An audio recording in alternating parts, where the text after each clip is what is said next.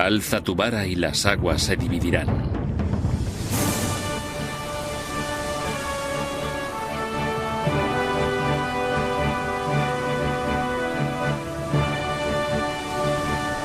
Moisés conduciendo a su pueblo hacia la libertad. Es una imagen llena de efectos especiales sobrenaturales. La zarza en llamas, las 10 plagas y, por supuesto, la división del Mar Rojo. Son tantos milagros que muchos expertos creen que se trata de una gran obra de ficción.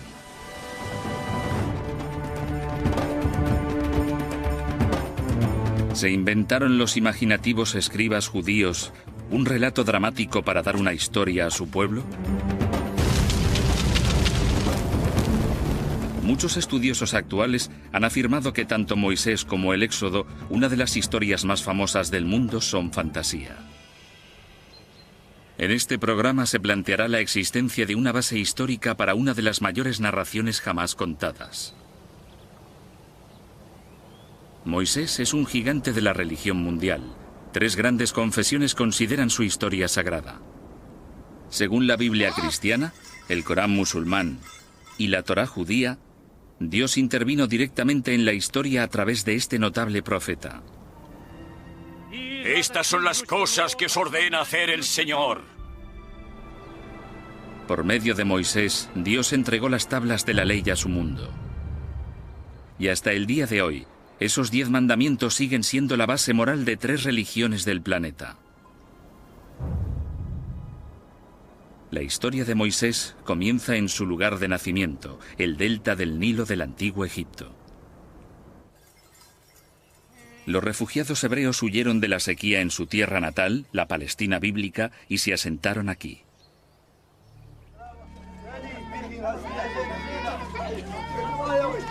El problema comienza, según la Biblia, cuando el faraón de Egipto oye que los hebreos, a los que más tarde se llamaría israelitas, se multiplican más rápido que su propio pueblo. Se ordena a las comadronas que maten a todos los niños hebreos recién nacidos.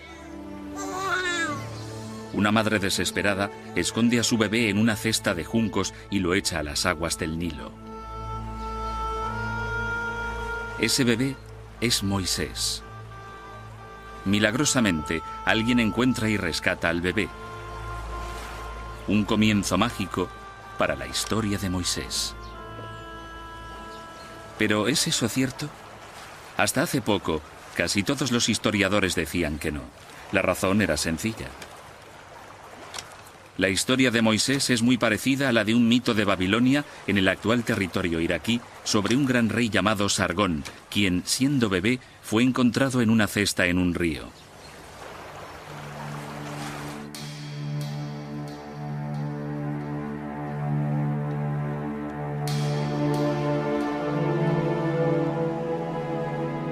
A través de un meticuloso análisis de los textos más primitivos, sabemos que la Biblia se escribió mucho tiempo después de los acontecimientos que describe. Entre los años 600 y 300 a.C., los escribas hebreos se pusieron a recopilar todos los antiguos relatos de su pueblo, transmitidos de generación en generación. ¿Y si los escribas añadieron algo de sal a los antiguos relatos para hacer que la historia fuera más apasionante?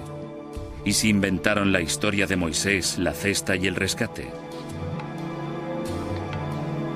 Sin duda es posible. Sabemos que en el año 587 a.C., los hebreos fueron capturados por los babilónicos y que vivieron en el exilio en Babilonia durante un tiempo. Quizá allí tomaron la leyenda de Sargón y la añadieron a la historia de Moisés al volver alrededor del año 530 a.C. Pero si la historia no procediera de Babilonia, sino de Egipto, eso cambiaría todo. El egiptólogo Jim Hofmaier estudió la Biblia en la versión original en hebreo para descubrir de dónde procedía realmente la historia. Descubrió que palabras clave como cesta y espadaña no existían en babilónico, la lengua de la leyenda de Sargón. El texto hebreo de la Biblia utiliza en realidad antiguas palabras egipcias. La palabra para la cesta en la que se coloca a Moisés es una palabra egipcia. De hecho, todas las palabras clave de la historia, Nilo, papiro, espadaña y orilla, eran antiguas palabras egipcias. Pero la mayor pista fue mirarle a la cara. El propio nombre de Moisés. Es egipcio y significa uno que ha nacido. Tenemos a numerosos reyes que usan este elemento en su nombre, como Ramsés. El mes de Ramesés es la misma raíz de Moisés. Esto suena muy auténtico. Cuesta creer que a un escriba hebreo, 1000 años después, se le hubiera podido ocurrir una historia con este tipo de palabras. Auténticas palabras egipcias, un auténtico nombre egipcio y un auténtico escenario egipcio. ¿Puede ser verdad este relato rocambolesco? En realidad existen muchas historias de niños a los que se ponía en cestas. Era una antigua forma de abandonar al niño a la voluntad de los dioses. Actualmente la gente coloca a los bebés en cestas y los deja a la puerta de una iglesia. Pero ¿qué hay del extraordinario capítulo siguiente de la historia?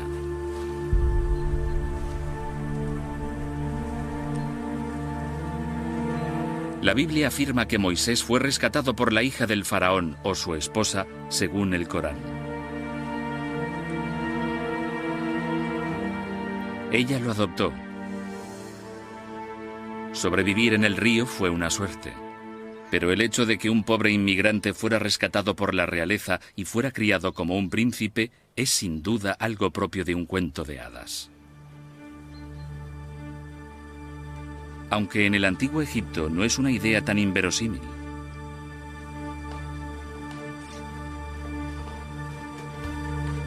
Los faraones batían récords. En los palacios había guarderías en las que se educaba a los niños de la realeza.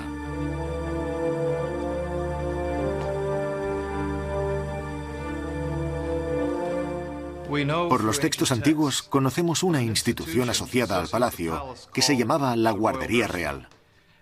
Y en esta institución se educaba a los niños de la realeza. Específicamente se enseñaba a los príncipes a leer y escribir. De hecho, tenemos el testimonio de algunos de los escribas que contaban cómo su maestro escriba los golpeaba cuando eran perezosos y se aseguraba de que escribieran bien sus cartas. Pero ¿dónde está la prueba de que el faraón acogiera a Moisés y lo pusiera en una de estas clases? Por supuesto, ahora no tenemos pruebas. Lo interesante es que durante este tiempo también se admitió a niños que no pertenecían a la realeza. Entraron en esta institución hijos de reyes extranjeros para aprender a leer y escribir. Así que los faraones sí que educaban a niños extranjeros, pero ¿de qué tipo? ¿Cómo sabemos si los hebreos estuvieron en Egipto o no? Aquí nuestra búsqueda del auténtico Moisés topa con un obstáculo enorme.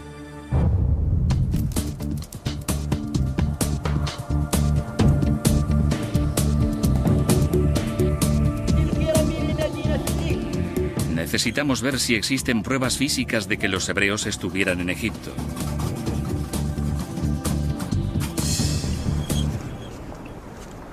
La historia dice que Moisés sacó de Egipto a 2 millones de hebreos y que vivieron durante 40 años en el desierto del Sinaí. Pero en un siglo de arqueología en el Sinaí no se han descubierto pruebas de ello. Así que algunos expertos empezaron a pensar lo impensable. Si los hebreos nunca estuvieron en Egipto, quizá toda la épica era ficción, creada para dar a su pueblo una historia y un destino.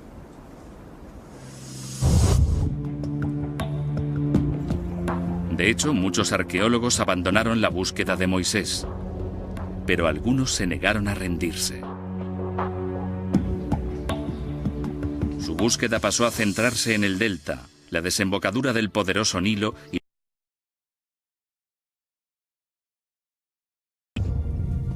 peinaron la zona en busca de pruebas de una afirmación muy precisa, la de que se forzó a los hebreos a hacer ladrillos de barro para construir 2 grandes ciudades, Pitón y Ramsés.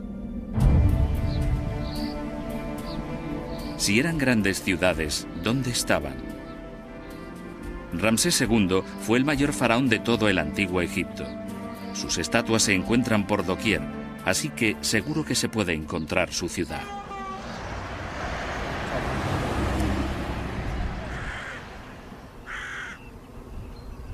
Pero al buscar hoy por la zona del delta no se halla ninguna señal de ella. sonaba más como una historia inventada por un escriba. Hasta que un día, un granjero de la zona encontró una pista tentadora.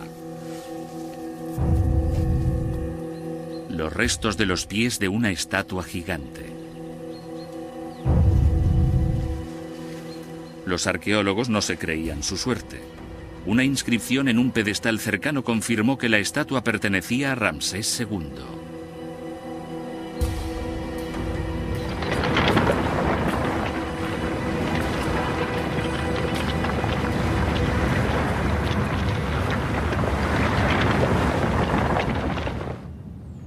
Pero una estatua no hace una ciudad. Para probarlo, los arqueólogos necesitaban encontrar restos de edificios hechos con ladrillos de barro. En los años 70, diversos equipos de arqueólogos egipcios y alemanes comenzaron a buscar por la zona pruebas de la ciudad perdida de Ramsés. Fueron desenterrando gradualmente restos de casas, templos e incluso palacios. Si realmente esto era una antigua ciudad en su día, habría llevado varias generaciones excavarla. Pero ahora, con la nueva tecnología, los arqueólogos pueden detectar cimientos a mucha profundidad y hacer un mapa de toda una ciudad en cuestión de meses.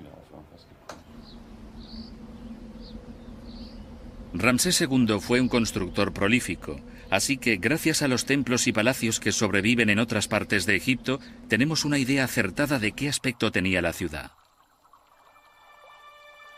Fue una de las mayores ciudades del antiguo Egipto. Se construyó en torno al año 1250 a.C. Vivieron allí 20.000 egipcios.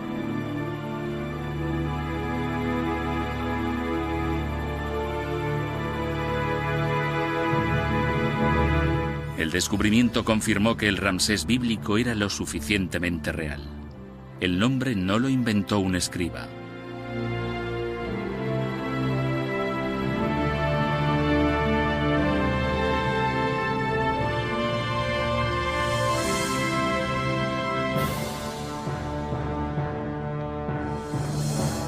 Pero, ¿fueron realmente esclavos hebreos quienes construyeron esta ciudad?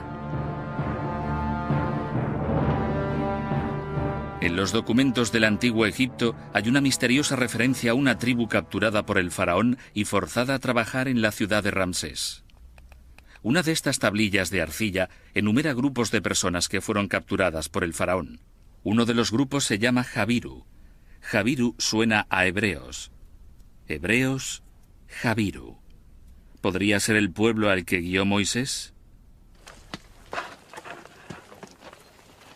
No podemos saberlo con seguridad, pero las pistas están ahí. Eran nómadas de lengua semítica y querían asentarse en Canaán, la Siria actual, Israel y Palestina.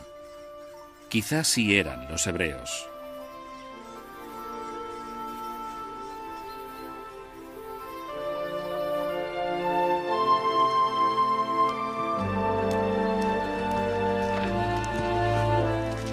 Una vez que los expertos demostraron que en Egipto había vivido un pueblo judío o semítico, empezó a mejorar el panorama para Moisés. Quizá no era todo fantasía.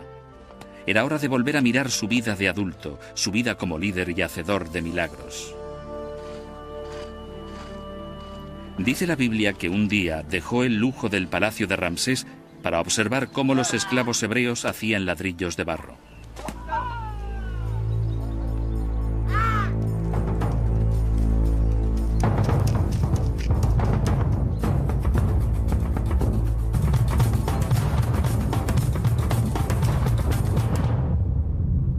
En un estallido de ira ante las crueldades diarias que soportaban los hebreos, Moisés pasó de príncipe mimado a criminal perseguido. Le esperaba la pena de muerte si lo cogían. Al huir de Egipto, Moisés se dirigió a Midian, limítrofe con Arabia.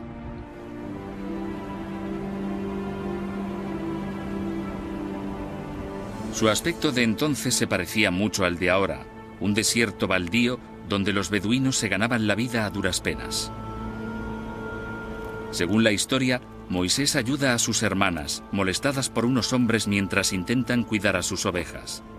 Es acogido por el padre de estas, Jetro, un sacerdote que ofrece a Moisés la mano de su hija Séfora como agradecimiento. Pasó allí 60 años viviendo tranquilo como pastor. Más adelante, cuando Moisés tenía 80 años, sucedió algo que cambiaría el curso de la historia. Estaba cuidando su rebaño cuando pasó junto a una zarza en llamas. La famosa historia dice que de las llamas salió la voz de Yahvé, Dios. Sí, aquí estoy, Señor. Dios ordenó a Moisés que fuera a obligar al faraón a que dejara marchar a su pueblo hebreo. No, Señor, no me envíes. Nunca he sido un buen orador. Pero Dios le otorgó poderes especiales.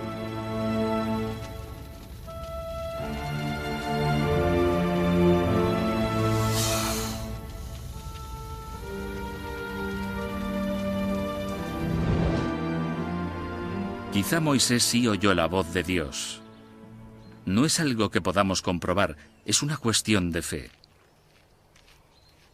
Pero Clinton Bailey, destacado experto en las tribus nómadas beduinas que viven ahora en la península del Sinaí, cree que tal experiencia en el desierto es perfectamente plausible. Si tienes que sobrevivir aquí con este calor y esta desolación, estás más cerca de Dios. He visto a los beduinos rezando solos en medio del desierto. Y cuando rezan, consiguen una conexión entre sí mismos y Alá, Dios, que es muy fuerte. Y es como decir, oye, el de arriba, ayúdame.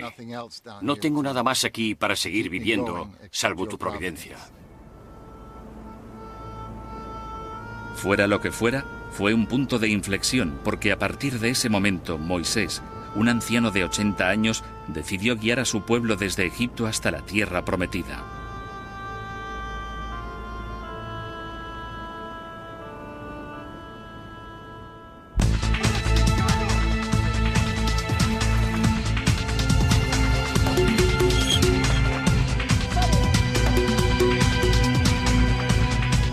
Lo que ocurrió después, según la Biblia, se ha convertido en un pilar de la fe judía. Bendito seas, Señor nuestro Dios, Rey del universo, Creador. Dios, por medio de Moisés, desató 10 plagas terribles sobre los egipcios, acontecimiento conmemorado por los judíos durante la fiesta anual de la Pascua. Primero, el Nilo se convirtió en sangre, los peces murieron y el río apestaba. Nadie se atrevía a acercarse y no digamos a beber. Moisés volvió a ver al faraón, pero volvió a negarse a que se marcharan los hebreos. La Biblia dice que Egipto se vio azotado por plagas de insectos, ranas, ganado muerto, langosta, úlceras, granizo y oscuridad. El faraón se negó obstinadamente a dejar que se fueran, así que Moisés infligió una última plaga terrible.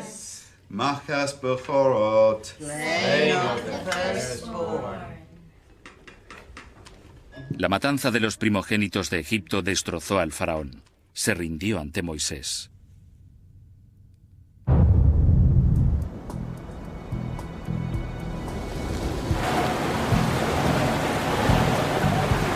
En la Biblia esas plagas eran acciones divinas por medio de la naturaleza.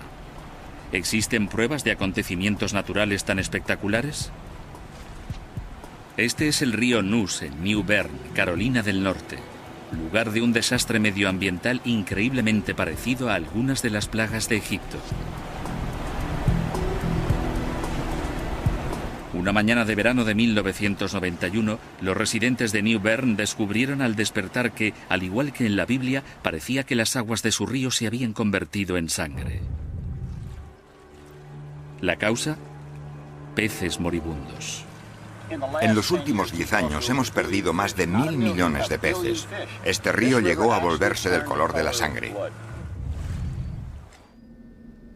Pero quedaban cosas peores por llegar.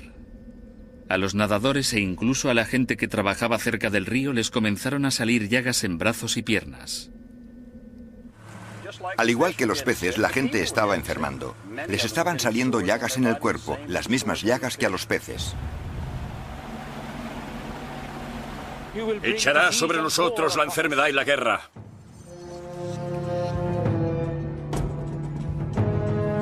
Peces muertos, ríos rojos como la sangre, pústulas y llagas. La gente usaba la palabra bíblica para describir la catástrofe. La causa de todo era una mutación genética en un microorganismo marino llamado Fiesteria.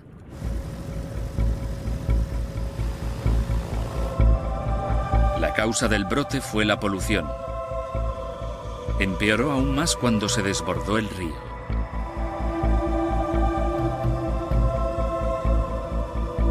Hay miles de granjas de cerdos a lo largo del río. Los cerdos producen decenas de millones de litros de residuos y parte de ellos van a parar al río.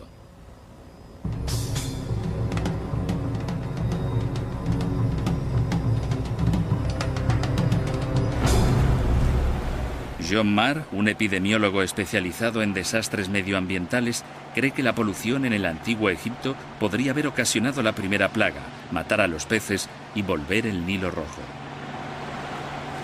Esa misma polución podría también haber llevado a millones de ranas a tierra, la segunda plaga.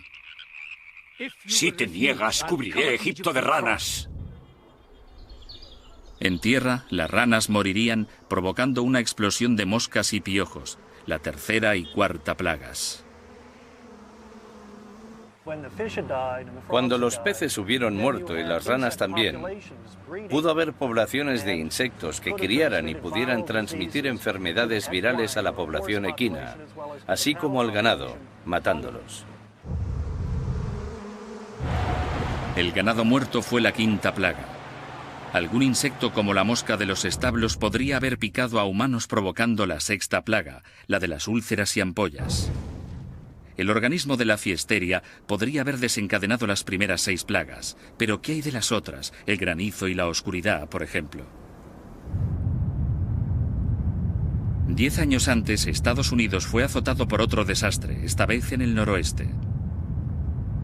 Murió ganado, los humanos se enfermaron y, lo más importante, hubo granizo y oscuridad.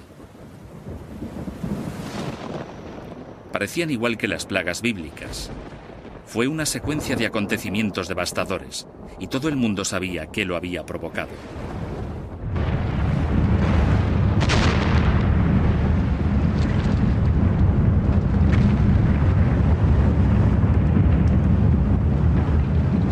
El 17 de mayo de 1980, el volcán del monte St. Helen entró en erupción, matando a todo ser vivo en 30 kilómetros a la redonda.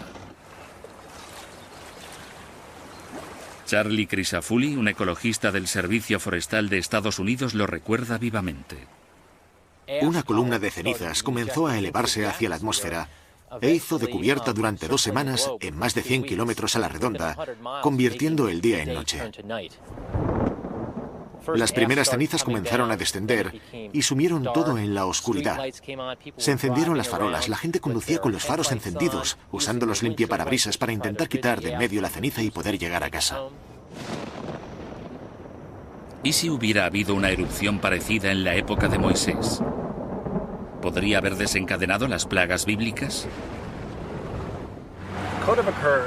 Podría haber sucedido al posarse las cenizas del volcán, que son ricas en diferentes minerales, y si el Nilo estaba con la marea baja, se habrían dado los nutrientes perfectos para producir un florecimiento tóxico de algas.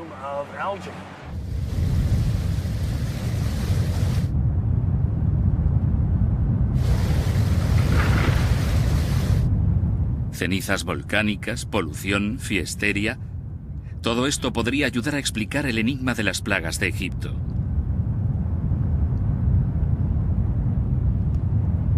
Pero esta teoría tiene un problema, uno grave. No hay ni un solo volcán activo en Egipto.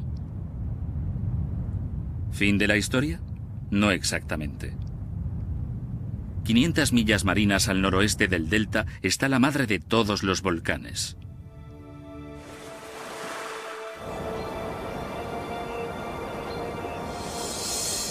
Esta es la isla griega de Santorini, en el mar Egeo, escenario de la famosa leyenda de la Atlántida. Esta gran cuenca curva fue creada por una gigantesca erupción volcánica.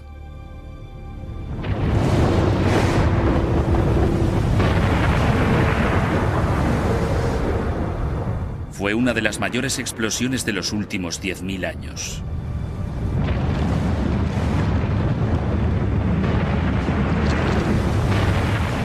La explosión se sitúa en el siglo XVI a.C. ¿Pero pudo haber afectado a Egipto, 500 millas marinas al sureste? ¿Cuál era la dirección del viento en aquel día fatídico? Sureste, hacia Egipto. Todo esto salió a la luz al recoger muestras de la ceniza de Santorini del lecho marino. Las mayores concentraciones se encontraban en dirección al delta del Nilo. Aún así, eso no probó que la ceniza hubiera llegado a Egipto y hubiera caído sobre el delta. Para descubrirlo, el doctor Daniel Stanley, un oceanógrafo de la Smithsonian Institution, fue al delta y extrajo muestras de barro, arena y cieno. Vale, bien. Sí, de acuerdo. Veamos si conseguimos que funcione esto. En los núcleos que taladramos, encontramos fragmentos volcánicos química y ópticamente, en cuestión de tamaño y forma. Esos fragmentos de cristal se pueden relacionar con seguridad con la explosión de Santorini. El tamaño de los fragmentos de cristal también dio al Dr. Stanley una visión escalofriante del efecto de la onda expansiva sobre el delta. Creo que debió de ser una experiencia aterradora. Debió de ser muy duro el hecho en sí, la explosión. Se debió de notar cómo caía la ceniza.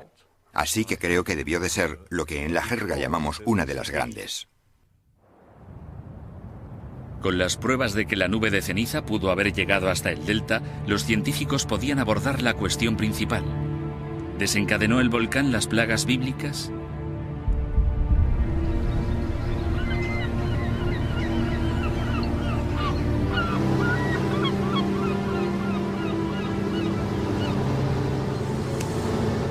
Según Mike Rampino, simulador de climas, la única forma de descubrirlo era simular los efectos climáticos de la onda expansiva de Santorini.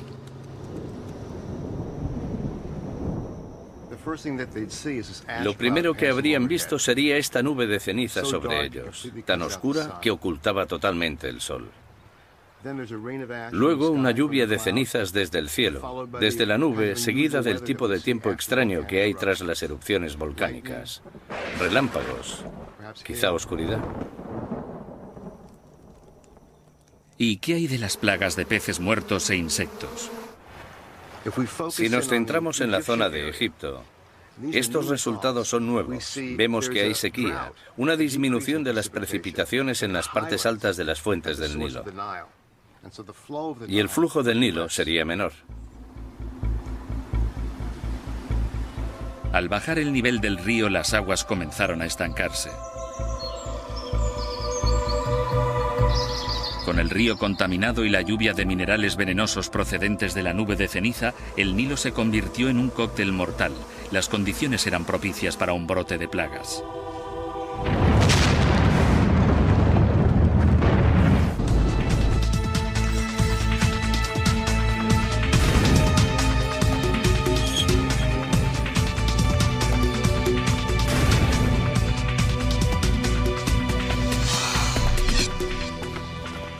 Al final, las plagas persuadieron al faraón para permitir que los hebreos salieran de Egipto.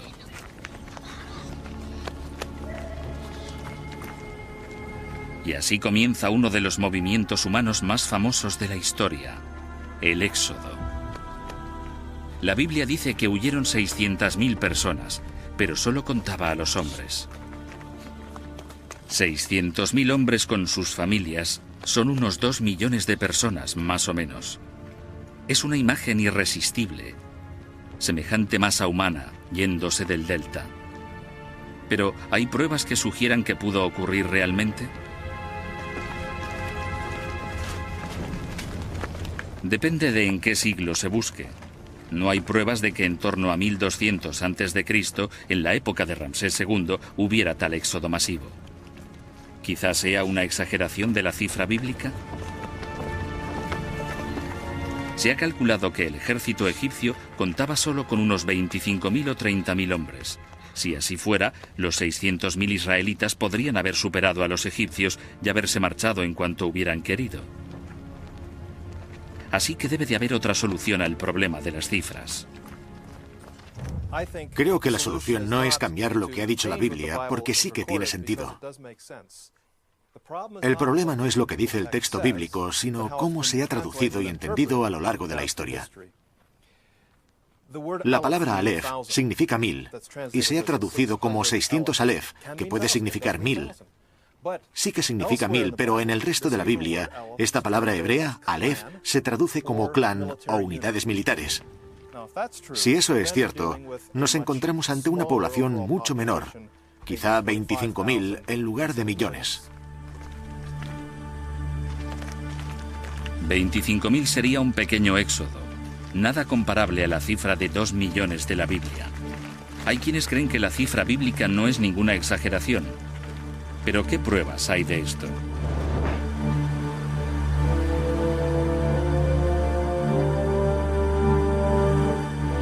Las pistas de un éxodo mucho mayor aparecieron cerca de la ciudad de Ramsés, cuando un equipo de arqueólogos austríacos desenterraron otra ciudad 300 años más antigua llamada Avaris. Entre las villas, templos y palacios encontraron edificios más modestos, como los de Canaán, en la actual Siria, Palestina e Israel.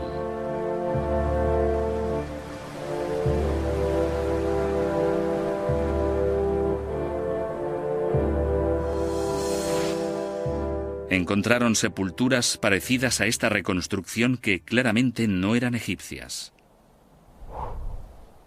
Estos son huesos de una oveja de lana larga, una raza procedente de Canaán.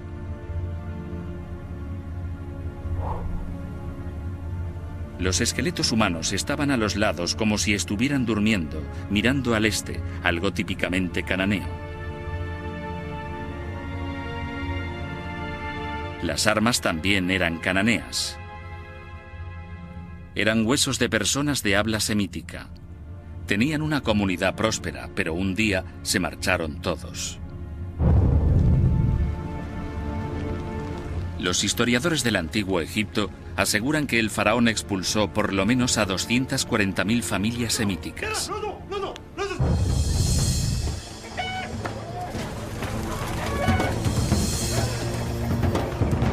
Viene a ser 1 millón de personas, una cifra mucho más cercana a la cifra bíblica. Tenemos allí a la población, vemos cómo desaparece, vemos cómo abandonan el lugar. La ciudad de Avaris queda completamente abandonada a la arena que va amontonándose y se han ido a algún lado. Los israelitas quedan liberados de su esclavitud de alguna manera y dejan Avaris rumbo al Sinaí. Los datos arqueológicos y la historia bíblica sí coinciden en esta época.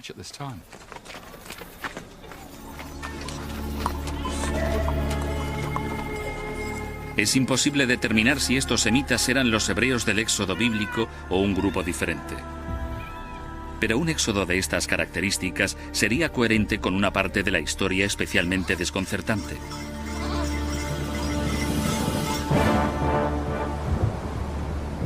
En el relato bíblico, Dios guió a los hebreos fuera de Egipto con una columna de nubes durante el día y una columna de fuego durante la noche. Estas famosas imágenes se han considerado puros mitos. Pero si el éxodo sí hubiera tenido lugar durante el siglo XVI a.C., podría haber una explicación racional. ¿Estarían inspiradas las columnas de fuego y nubes por una columna de ceniza volcánica? El problema es que Santorini está a 500 millas marinas al noroeste del delta del Nilo. El propio volcán habría quedado oculto debido a la curvatura de la Tierra, pero la columna de humo se habría elevado unos 40 kilómetros sobre el nivel del mar. Se habría visto a una distancia muy grande. Las columnas de erupción en grandes erupciones como esta alcanzan la estratosfera, lo que supone 20, 30 o 40 kilómetros de altura. De modo que la población de Egipto podría haber visto materiales elevados a grandes altitudes. Por la noche, debido a la electricidad estática y a la concentración de ceniza en la atmósfera, habría relámpagos en la nube.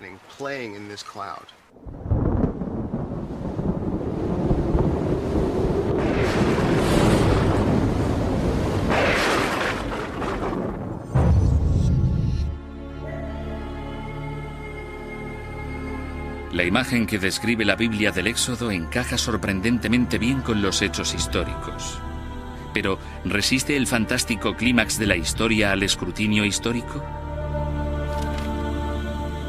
La Biblia nos dice que cuando los hebreos se fueron de Egipto, el faraón cambió de opinión sobre haberles dejado marchar.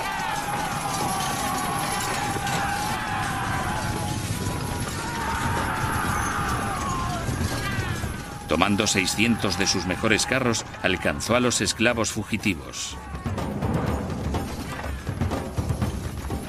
Pero 600 vuelve a sonar a una exageración impresionante.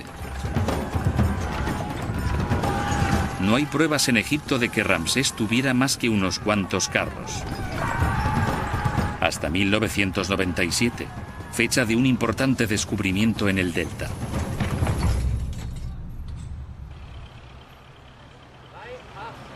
En Cantir, lugar donde se encuentra el yacimiento de la ciudad de Ramsés II, unos arqueólogos alemanes desenterraron los cimientos de un antiguo edificio. Allí encontraron enterrado esto, un tapacubos de un carro. Un carro solo no hace un ejército, así que continuaron excavando. El gran descubrimiento fue encontrar piedras de amarre para dejar atados a los caballos.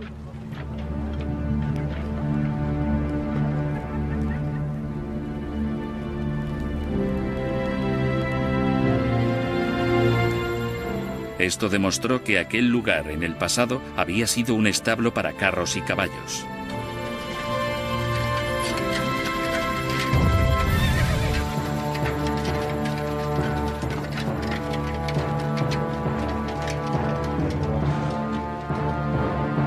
Las inscripciones y la cerámica confirmaron que habían encontrado el centro neurálgico de la concentración de carros de Ramsés II, un recinto de vanguardia para su armamento militar.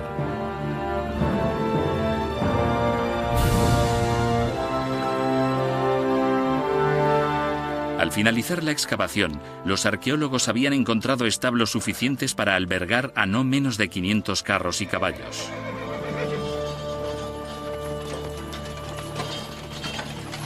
Lo que confirma que el faraón bien pudo haber reunido un fuerte contingente de 600 carros que, según la Biblia, fueron directos al desastre.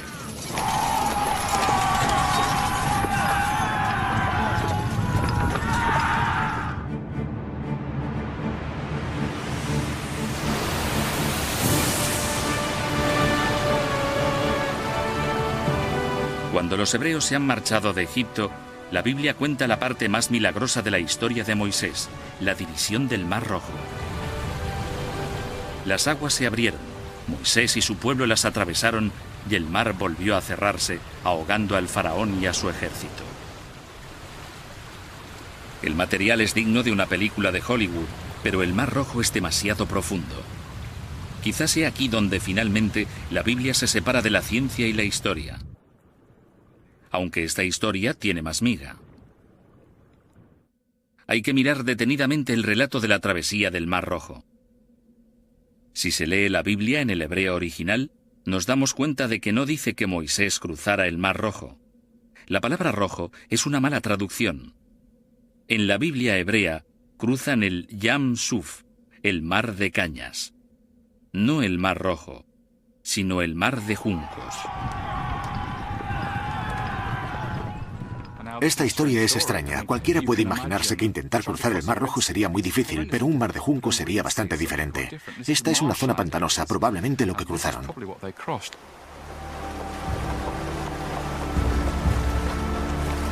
Ahora las nuevas Biblias usan la traducción correcta. Así que, ¿dónde está ese mar de juncos? Los textos del antiguo Egipto mencionan una zona llamada Pa-Zufi, que significa los juncos. Gracias a las fotografías por satélite, hemos descubierto enormes depresiones en la parte este del delta entre el Sinaí y la zona de cultivos. Estas depresiones fueron en su día regiones pantanosas. Y ese es el lugar que la Biblia llama Mar de Juncos y los egipcios Pa-Zufi, los juncos. Pero que el agua volviera y se llevara todos estos carros y soldados parece muy poco probable. ¿Podría ser posible?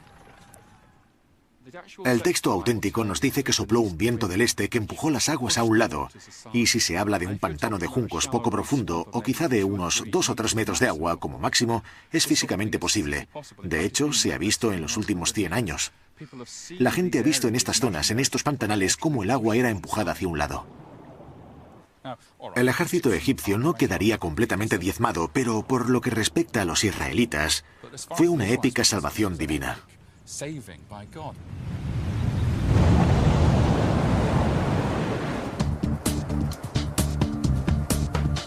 La Biblia hebrea dice que las aguas formaban un muro a derecha e izquierda, un gran cañón de agua.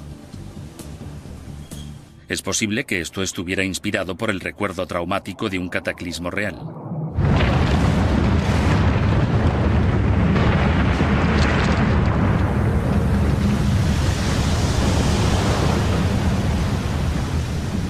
Volviendo a Santorini, las simulaciones por ordenador de la enorme erupción muestran que la convulsión de la isla habría desencadenado un gran tsunami, una ola de 180 metros de altura que se moviera a una velocidad de 640 kilómetros por hora.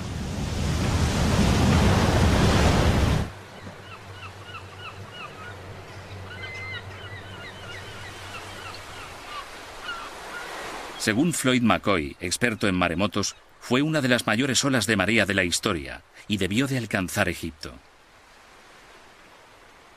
Encontramos pruebas, por increíble que parezca, en el fondo marino. Los tsunamis barrieron el fondo del mar Mediterráneo y levantaron los sedimentos. Y nosotros podemos encontrar esos sedimentos. Esto nos da indicios de en qué direcciones fueron. El modelo simulado por ordenador nos mostraba la irradiación de olas por todo el Mediterráneo, llegando a alcanzar el delta del Nilo, así como todo el litoral. Pero ¿cómo podía un tsunami dividir las aguas poco profundas del mar de Juncos? Si se observa unas olas normales, se aprecia que, por unos instantes, justo antes de romperse, el agua se retira de la playa.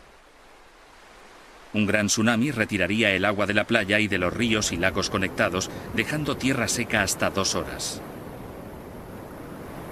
Tiempo suficiente para que la gente la atravesase caminando. Pero nadie que persiguiera a los hebreos habría tenido tanta suerte. Para cuando llegara al delta, la ola habría disminuido de 180 metros a 1,80 m, y los expertos creen que habría tenido una longitud de 160 kilómetros. Deberíamos pensar en una ola de 2 metros que cambia rápidamente en 2 metros el nivel del mar por toda la costa, y eso puede desplazarse varios kilómetros tierra adentro. Al desplazarse tierra adentro, por ríos y canales, el tsunami ganaría energía. Su fuerza totalmente destructiva fácilmente podría ahogar a un ejército.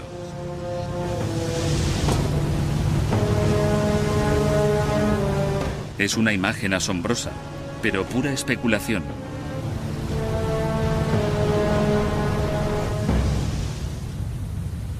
En 1994, la isla filipina de Mindoro se vio afectada por un tsunami y un terremoto. El terremoto provocó una grieta enorme en el fondo de un lago a más de 1,5 kilómetros tierra adentro. Un testigo ocular sintió un temblor y dijo que de pronto vio cómo el agua del centro del lago caía hacia adentro como una cascada.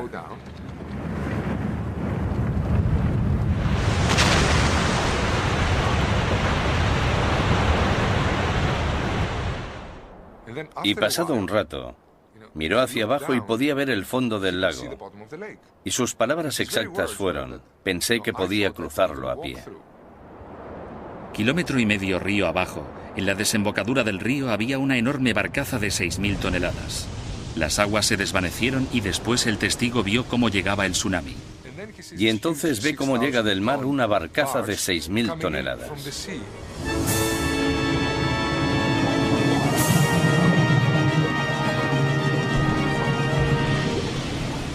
gran tsunami que azotó el delta del Nilo era 1000 veces más devastador que el de Filipinas. Se habría recordado a lo largo de varias generaciones.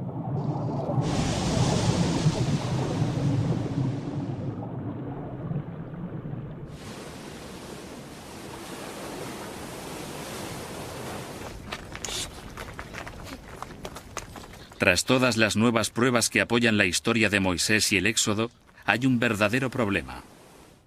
Algunas de las mejores pruebas datan de en torno al año 1500 a.C. Algunas son más de 300 años después. Sencillamente, las fechas no cuadran, aunque quizá no tengamos que elegir una de ellas. Tal vez hemos estado condicionados a ver el Éxodo como un único acontecimiento dramático. Pero quizá hubo más de un éxodo.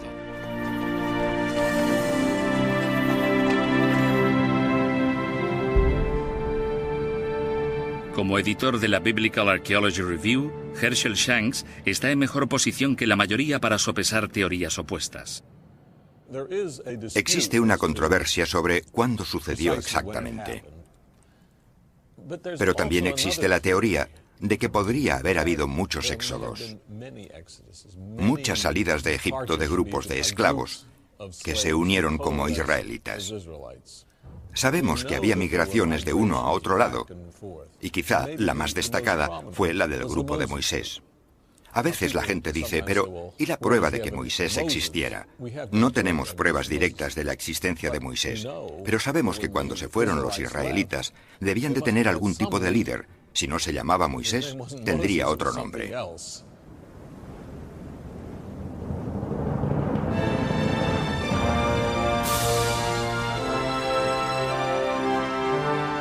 El libro del Éxodo dice que, tras cruzar el mar de juncos, Moisés llevó a los hebreos hasta el Sinaí, donde pasaron 40 años vagando por el desierto.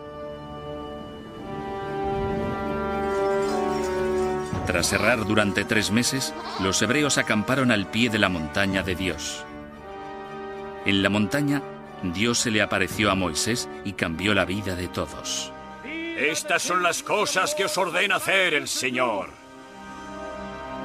Los 10 mandamientos se han fijado en nuestra conciencia. Pero, ¿hay pruebas para esta parte de la historia?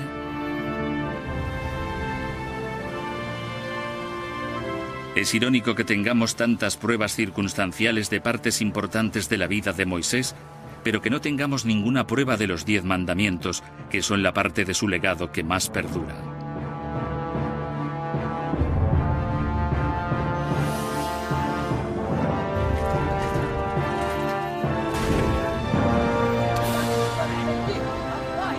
En cierto sentido, ahora todos somos hijos de Moisés. Incluso hoy, en todos los continentes, la gente que no sabe nada de Moisés sabe al menos algo sobre los 10 mandamientos. Han sido el cimiento de todas las civilizaciones occidentales y de Oriente Próximo y siguen siendo la base moral para 2/3 de la población mundial.